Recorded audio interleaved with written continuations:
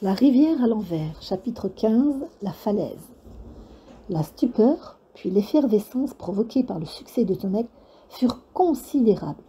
Aussi longtemps qu'ils avaient été privés de liberté, les habitants de l'île s'étaient montrés sages.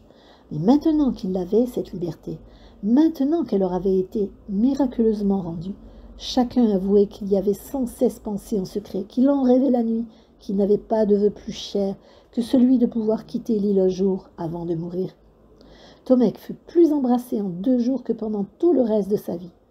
La devinette de la sorcière fut sur toutes les lèvres. Facile, disaient les enfants, moi aussi j'aurais trouvé. Mais les adultes savaient bien que si personne n'avait réussi à résoudre l'énigme, c'était à cause de la terreur qui paralysait et empêchait de réfléchir. Il avait fallu le courage de Tomek pour la surmonter.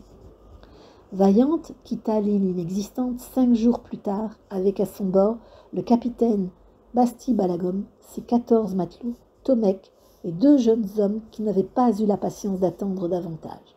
En effet, les autres 3 mâts alignés sur le port n'étaient pas encore en état de naviguer. Il fut donc décidé qu'à son retour, Vaillante ferait l'escale à l'île inexistante et que tous les autres bateaux lui feraient alors cortège et l'accompagneraient jusqu'au pays des parfumeurs. Les habitants de l'île devaient donc attendre encore 2 bons mois avant de s'embarquer.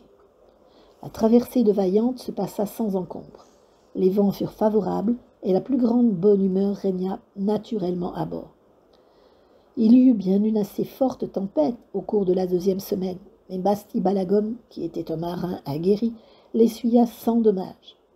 On aperçut même le pavillon noir d'un bateau pirate quelques jours plus tard, et le capitaine eut toutes les peines du monde à calmer les matelots qui voulaient en découdre et flanquer une bonne fois pour toutes une raclée mémorable à cette bande de pitres. Les épreuves supportées ensemble les avaient soudés à ce point qu'ils ne craignaient plus rien ni personne. « Je vous en prie, messieurs, du grondé Basti Balagom, nous ne sommes pas un navire de guerre, nous vendons des parfums. » Et il détourna Vaillante. Au fur et à mesure qu'on se rapprochait du continent, Tomek ressentit une inquiétude oubliée depuis des mois. Il allait bientôt devoir se séparer de ses amis parfumeurs et reprendre seul le chemin. Chaque fois que cette idée l'oppressait, il respirait un peu le parfum offert par Pépigome, et Anna était alors aussi présente que si elle avait été assise auprès de lui. « Où est-elle maintenant ?» se demandait-il. « La reverrai-je jamais ?» Et il avait hâte que la traversée s'achève. « Terre !» cria enfin la vigie un beau matin, et les matelots, qui avaient maintenant leur compte d'eau salée, lui répondirent par un joyeux « Hurrah !» Tomek aida à décharger les caisses de parfums et les provisions. 3 matelots resteraient à bord du bateau pour veiller sur lui. Les autres et leur capitaine iraient vers l'est où vivaient les populations. Tomek, lui, partirait seul vers l'ouest, où il n'y avait plus âme qui vive d'après Basti Balagom, mais où se trouvait sans doute la rivière Kia. À quelle distance était-elle? À combien de jours de marche? 2 semaines? Nul ne pouvait le dire. Tomek espérait seulement qu'il aurait le temps de l'atteindre et d'en revenir avant que les petits parfumeurs ne repartent. 1 mois, avait dit Basti Balagom, nous reprendrons la mer dans 1 mois. Nous t'attendrons 1 jour de plus peut-être si tu n'es pas là, mais pas davantage. Bien sûr, avait répondu Tomek, je comprends. Et maintenant il fallait se séparer pour de bon. On donna à Tomek un sac de provisions qui devait suffire pour 4 jours au moins. Puis chacun des matelots l'embrassa. Basti Balagom fut le dernier et le serra longtemps contre sa poitrine. « Bonne chance, mon fils, lui dit-il enfin, et il le poussa lui-même, doucement, sur le chemin qui s'en allait vers l'ouest. Tomek marcha le cœur triste pendant 2 ou 3 minutes, puis il se retourna. Aucun des matelots n'avait bougé.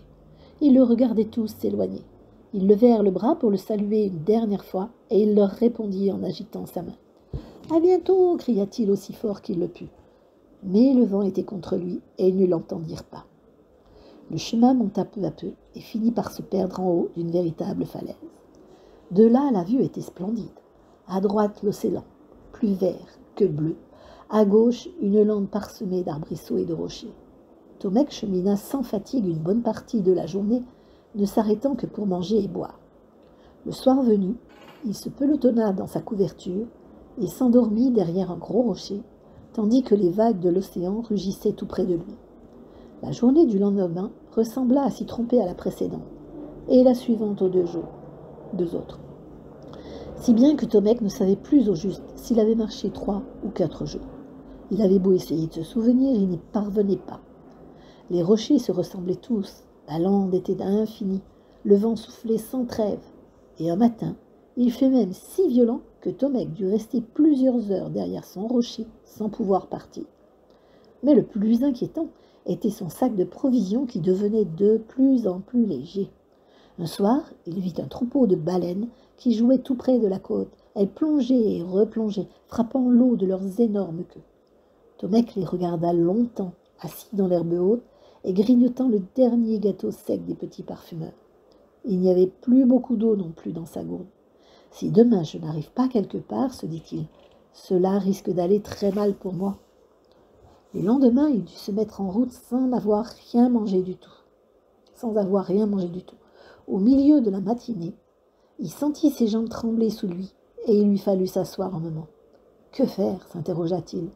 Si je pénètre à l'intérieur des terres, je ne trouverai rien de plus qu'ici et je risque de me perdre. Il tâcha de bien se reposer et reprit sa marche en avant. Peu après, il lui sembla que le vent se calmait un peu et que le ciel changeait d'apparence. Il eut à peine le temps d'y songer que l'espace s'ouvrit devant lui, révélant tout à coup un paysage entièrement nouveau. La falaise s'arrêtait sur une plage de sable jaune pâle, et derrière cette plage, à perte de vue, une forêt de grands arbres verts. Tomek y descendit en courant malgré ses jambes flageolantes. Une fois en bas, il se rendit compte que ces arbres étaient chargés de fruits qu'il ne connaissait pas.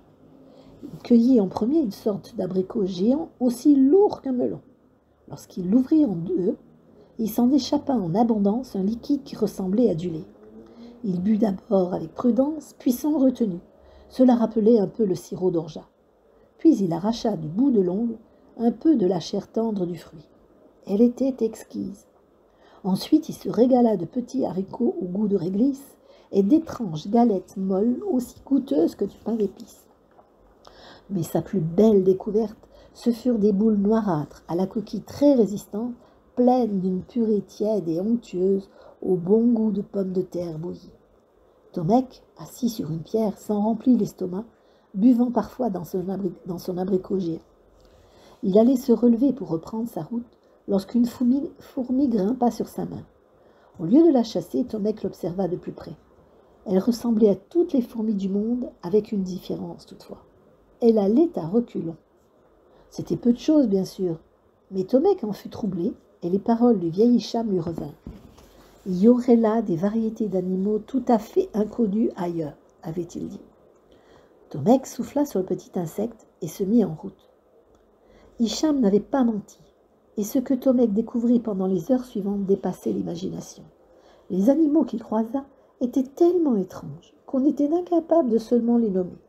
La seule chose qu'on pouvait en dire, c'est qu'ils étaient ou qu'ils ressemblaient à ainsi une bête presque plate, une sorte de casquette rampante, passa près de Tomek, le regarda tristement quelques secondes, puis agita avant de repartir un petit grelot qui lui servait de queue.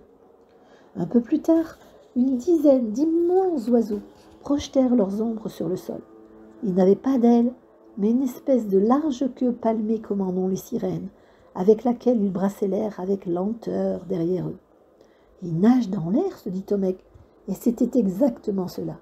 Ils n'avaient pas de bec non plus, mais des petits nez retroussés qui les faisaient ressembler à des lapins à moustache. Pourtant, Tomek n'avait pas encore vu le plus curieux. C'était un petit rongeur qui se balançait paresseusement à l'extrémité d'une branche souple.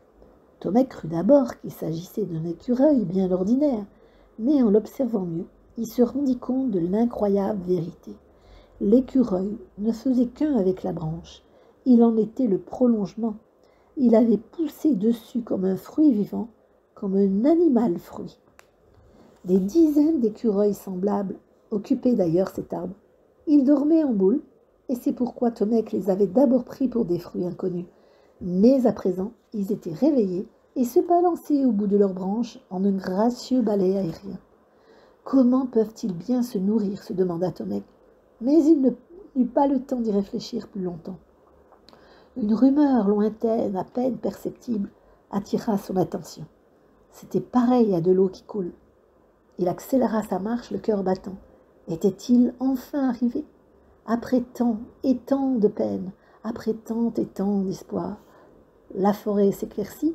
Il courut à travers les quelques arbres qui restaient, grimpa sur une dernière hauteur et s'y immobilisa, stupéfait. Une rivière coulait, paisible sous ses yeux. Au loin, sur la droite, on apercevait l'océan d'où elle venait, et sur la gauche, à l'horizon, les premières collines vers lesquelles elle se dirigeait en silence. La rivière Kjar, murmura Tomek bouleversé. La rivière Kjar, je l'ai trouvée.